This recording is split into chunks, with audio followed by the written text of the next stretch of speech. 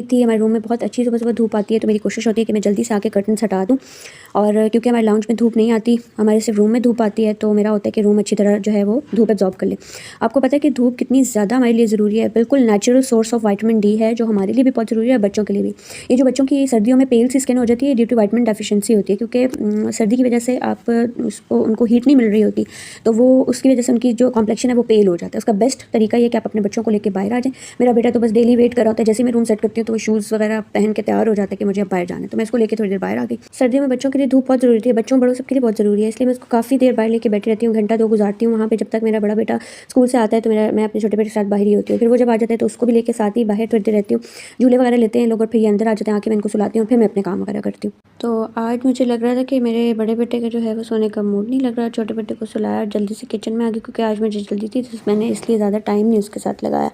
उसको भी लेके किचन में आ गई, वो मेरी हेल्प करना शुरू हो गया, उसको मेरे साथ किचन में हेल्प करने का बहुत शौक है। ये मैंने चिकन ले लिया था, चिकन को मैरिनेट किया मैंने दही, टिक्का मसाला, नमक, काली मिर्च और सब्ज़ मिर्च डाल के और थोड़ा सा लहसुन पाउडर डाल के।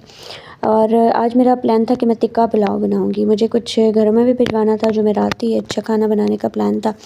तो मैंने जल्दी से जो है वो उसको मैरिनेट करके आधे घंटे के लिए छोड़ दिया था और फिर मैंने उसको पकने के लिए अलग से रख दिया।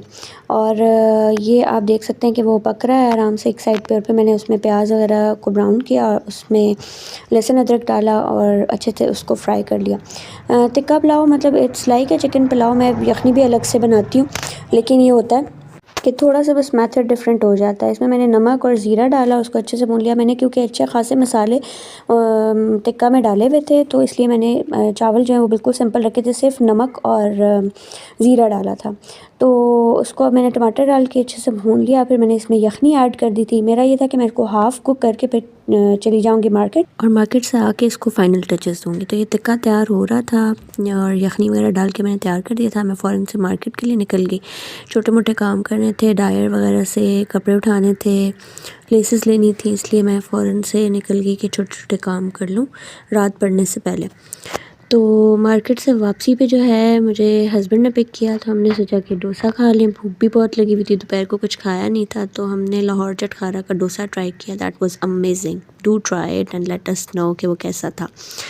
और फिर मैं जल्दी से वापस आ गई, फिर मैंने आके जो है फ़ौरन से उसको फ़ाइनल टचेस दी, चावल डाले इसके अंदर और ऊपर टिक्का डाल के दम दे दिया। जब चावल आधे गले हो गए थे तो फिर मैंने टिक्का डाल के उसके ऊपर दम दिया था।